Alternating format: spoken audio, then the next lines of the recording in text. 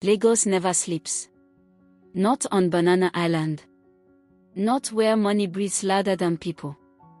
3 young men ruled that island like kings. Obinna, Kelechi, Chibuzo. All from Anambra State. All under 35. All dangerously wealthy.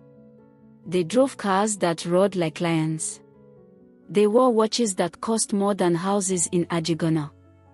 They sprayed money in clubs like rain during Harmattan. But nobody knew exactly what they did. They always smiled when asked.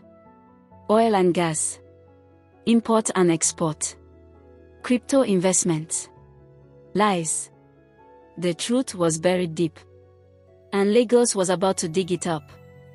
They met in secondary school in Onitsha. Poor boys. Hungry boys. Ambitious boys. They swore an oath one night by the river Niger. By 30, we will never be poor again. Obinna was the brain. Kelechi was the strategist. Chibuzo was the fearless one. After university, Lagos caught them. But Lagos did not welcome them with open arms. They slept in one room in Suralere. Shared Gary. Walked miles. Opportunity never came. So they created one. One night, Obinna brought an idea. A dangerous one. He had met El Chief from the east. A powerful native doctor with deep connections. Money rituals. Blood covenants. Wealth exchange. Kelechi laughed at first. Chibuzo didn't. Obinna didn't. Hunger makes demons look like angels. They traveled secretly to a village near Nui. The chief was old. Eyes like burning charcoal. You want fast money? He asked. Yes. It will come. But once it starts, it will never stop. They didn't understand what he meant. They signed in blood. Each of them. 3 drops into a clay pot. The chief whispered incantations. The wind changed. A goat outside screamed like a human being. And the ritual was sealed. Lagos changed for them overnight. Contracts appeared. Crypto surged at the right time. Oil deals connected magically.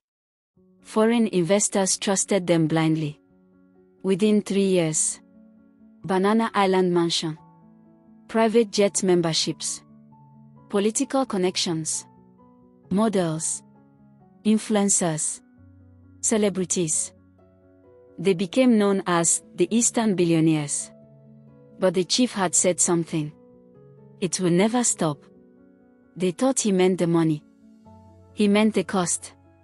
It started with small things. Obinna stopped sleeping well. Every night he saw a river. Red. Not water. Red.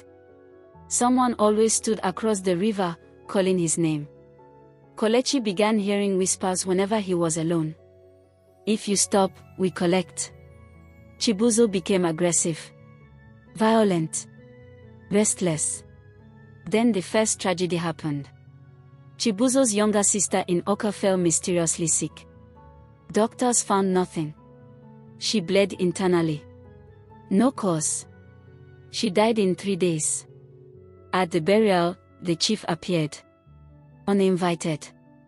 He whispered to Chibuzo. The money must flow. Chibuzo froze.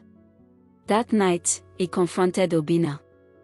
Did he tell you something? Obinna avoided his eyes. Kelechi pretended not to hear. But deep down, they all knew. The wealth required renewal. Sacrifice. Not goats. Not chickens. Human alignment. Whenever the flow of money slowed, someone connected to them suffered. A cousin died in an accident. An investor's child drowned. A housemaid collapsed mysteriously. The pattern became clear. Money up. Someone down. And it was getting closer. One evening, in their glass mansion overlooking the lagoon, they sat in silence. For the first time, no music. No girls. No champagne. Just fear. Obinna finally spoke. We need to stop this. Kelechi laughed nervously. Stop. You think we can just resign from this? Chibuzo slammed his drink. My sister is dead. Silence swallowed them. Obinna confessed. The chief said after 10 years, the source would demand something bigger. How big? Kelechi asked. Obinna looked at both of them. One of us? The air became heavy. The room suddenly felt small. They had 3 years left. 3. From that night, friendship changed. They began watching each other.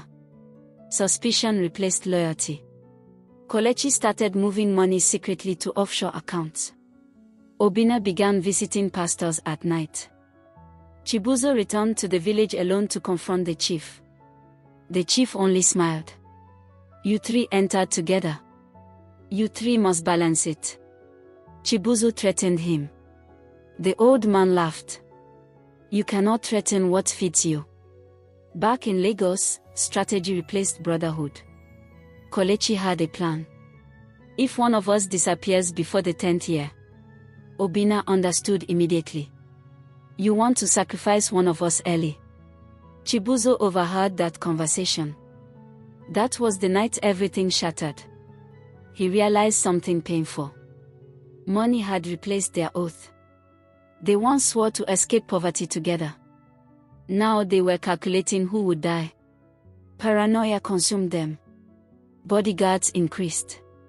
Spiritual houses consulted. Prophets warned them. One prophet told Obinna, your wealth has fingerprints of blood. Obinna fainted. Meanwhile, strange things intensified. Their bank systems glitched. Business deals collapsed unexpectedly. A mysterious fire burnt one warehouse. The 10th year was approaching faster than they thought. Then something happened. Kelechi's wife became pregnant. After 6 years of waiting, he was joyful. But Obinna panicked.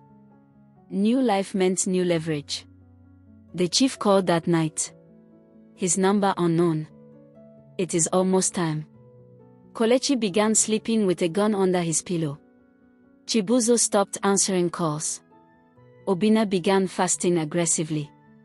But destiny does not negotiate. 3 weeks before the 10th year, Chibuzo's car plunged into 3rd Mainland Bridge Lagoon at 2 a.m. No brake failure. No other car. Just him. The car was found. His body wasn't. The police ruled it accident. But Obinna and Kelechi knew. The balance had started. 2 left. The money increased again. Massively. Their company valuation doubled in 1 week. They both trembled. One more. Now it was war disguised as friendship. Kelechi suspected Obinna. Obinna suspected Kelechi. Every smile became fake. Every handshake calculated. Then Kelechi's wife went into premature labor. 7 months. Baby in ICU. Doctor. Confused. Blood complications. Kelechi broke down. He drove to Nui alone. To the chief. I will give anything. Take business. Take houses. Leave my family. The chief shook his head. The covenant was clear. One must complete it. And the one with the strongest fear will be chosen. Kelechi froze. Fear attracts destiny. Meanwhile, Obinna had made a secret move. He transferred nearly all liquid assets abroad. Prepared to escape Nigeria. He booked a private flight to Dubai. The night before departure, he dreamed again of the Red River. But this time, Chibuzo stood across it. Smiling. Brotherhood never meant survival. Obinna woke up screaming. His phone rang. Kelechi's number. But it wasn't Kelechi. It was a nurse. Sir, your friend collapsed in the hospital. Cardiac arrest. Stress-induced. He died before sunrise. Just like that. No struggle. No accident. Just fear. Obinna was alone. The mansion silent. Money overflowing. But the 10th-year clock struck midnight. He waited. Nothing happened. Morning came. Nothing. Days passed. Nothing. He laughed hysterically. It's over. It's over. But that night, the Red River came again. This time, no one stood across. The voice came from behind him. You were the foundation. He turned and saw himself dead, floating. He understood too late. The ritual never required 3 sacrifices. It required isolation, complete loneliness. The money fed on connection. Now he had none.